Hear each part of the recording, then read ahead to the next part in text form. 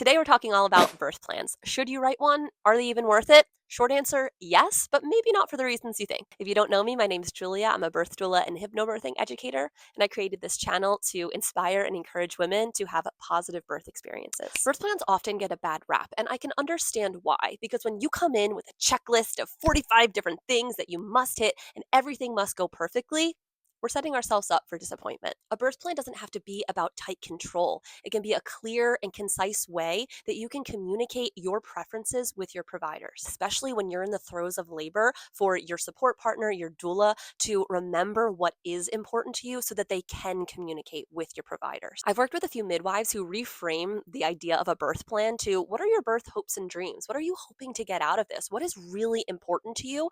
And going into birth with that instead of this really long checklist that must get hit with every single box checked. I like to think of your birth plan or your birth preferences as a framework. What is the foundation of the birth that you want?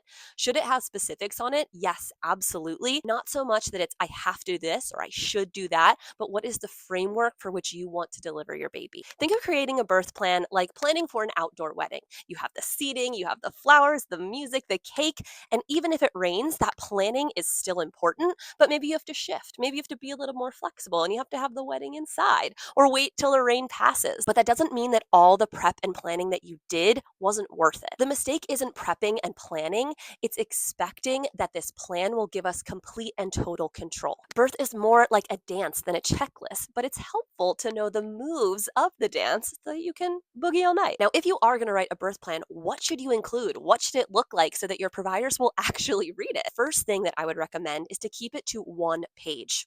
Short, sweet, simple. I would then break it down into 3 categories: labor and delivery, environment and care, and postpartum. In the labor and delivery section, I would focus on pain management and what interventions you are or aren't comfortable with. Ask yourself the question like, how do you feel about Pitocin, continuous fetal monitoring, or having your water broken? Maybe you're hoping for a completely unmedicated birth and you don't want anyone to offer an epidural until you say so.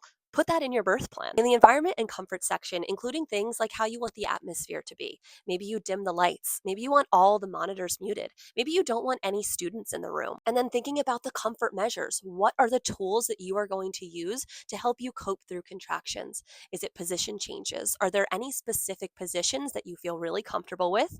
Or maybe positions that you don't want offered to you? Are you utilizing any visualization tools or affirmations? Maybe you write them down so that the care team knows to use this language. Maybe you have a preference for a hot or a cold compress. Maybe you have specific breathing techniques that you've been utilizing.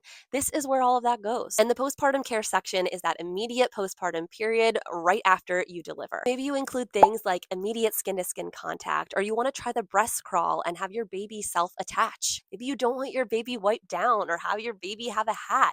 You keep that vernix on your baby. This is where I would include things like delayed cord clamping or waiting to white or waiting for a specific time for delayed cord clamping. If for whatever reason baby needs to be taken maybe to the warmer or to the NICU, do you want your husband to follow the baby? Do you want your doula to follow the baby? Include that here too. If breastfeeding isn't an option for you, maybe you want to utilize donor milk over formula. There are so many different options and things that you can include in your birth plan. And that's why I've created the pregnancy prep packet, which goes over in detail all of those different options and how you can curate your own birth plan. You can find more information on that in the link in the description below. So yes, write the birth plan, have preferences, and let it serve as a roadmap. Just because your birth doesn't go fully to the plan doesn't mean it has to be a negative experience. Knowing your options, educating yourself, figuring out what you are actually comfortable with, not to control every detail, but to show up to your birth with intention. Remembering to be flexible and that it's okay that not everything goes to plan.